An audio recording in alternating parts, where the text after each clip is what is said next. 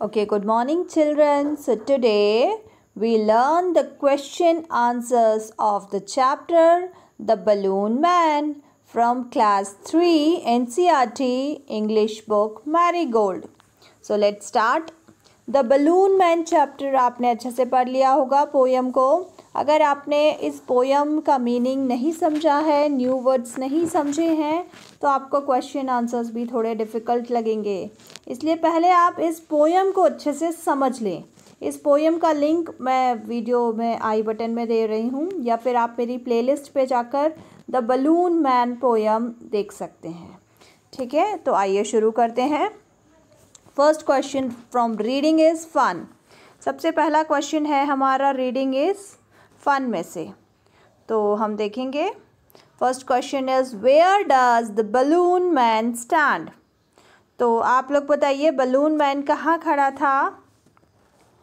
The balloon man stands at the market square.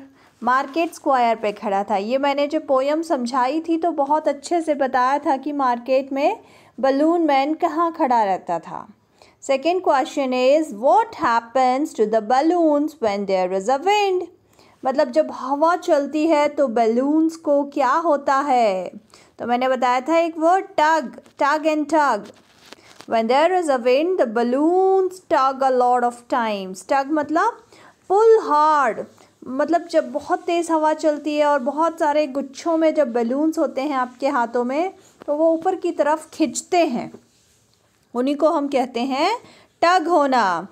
Question number 3, what does the child like to see the balloon man do. तो इसका answer हम देखेंगे. The child likes to see that someday the balloon man will let go of all the balloons. मतलब जो बच्चा है उसका मन करता है कि काश किसी दिन कोई दिन ऐसा आए जब बलून मैन सारे गुब्बारों को ऊपर जाने दे, मतलब छोड़ दे, और सारे जो बलून्स हैं then the balloons will fly high in the sky. और जो बलून्स हैं वो बहुत ऊंचाई तक आसमान में उड़ते रहें. The child would see them below. और जो बच्चा है वो ये सब होता हुआ नीचे से देखे. तो उस बच्चे को ये सब देखने की बहुत इच्छा थी. Okay, now next question. How talk time. अब ये टॉक टाइम के क्वेश्चंस हैं बेटा. The first question is how high can balloons high. जो बलून्स हैं वो कितनी ऊंचाई तक उड़ सकते हैं. The balloons can fly very high. बहुत ऊंचाई तक उड़ सकते हैं depending upon the wind. Wind कैसी चल रही है.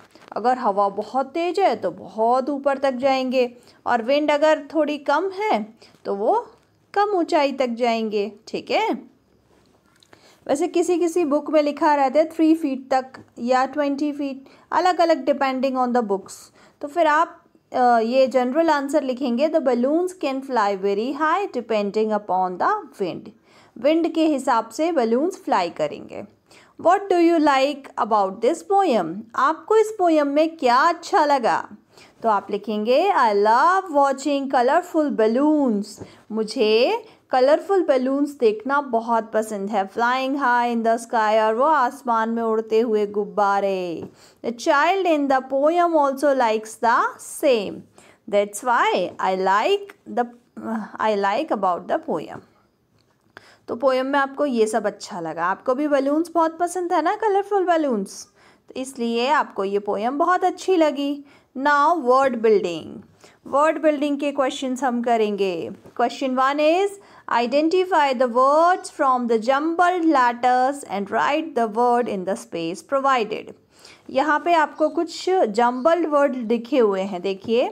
तो इससे क्या वर्ड बन सकता है. Balloons. Now next is the spelling of lunch, then blue, then people, below and cart. अब आप में से वही बच्चे इनको कर पाएंगे जिन्होंने पोयम बहुत अच्छे से पढ़ी है और उसके न्यू वर्ड्स भी अच्छे से लर्न किए हैं और समझे हैं.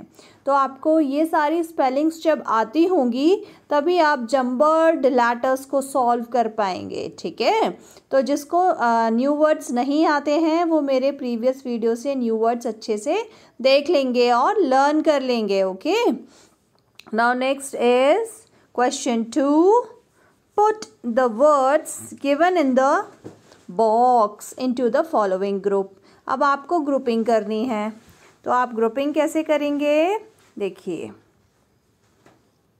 इसके लिए आपको ये ब्लू बॉक्स में कुछ वर्ड्स लिखे हुए हैं, सबको दिख रहे हैं ब्लू में? Yes. Wind, turnip, purple, pineapple, sky, green, grass, white, yellow, rice.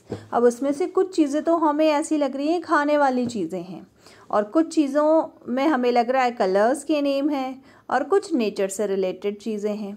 तो जो नेचर से रिलेटेड चीज़ें हैं उसको हम यहाँ लिख देंगे स्काई, ग्रास, विंड, ठीक है। और फूड तो सबको पता है खाने की चीज़ें कौन कौन सी हैं, टर्निप, पाइनएप्पल एंड राइस, ठीक है। और कलर्स तो सभी को पता है, green, purple, yellow and white. तो आप सामने सामने लिख देंगे। इस बॉक्स में से आपको ये वाले वर्ड्स मिले हैं, ठीक है। तो आप इसका स्क्रीनशॉट ले सकते हैं। उसके बाद नेक्स्ट क्वेश्चन हम करेंगे। The next question is how many colours can you find hidden in this मेज, राइट देयर नेम्स बिलो।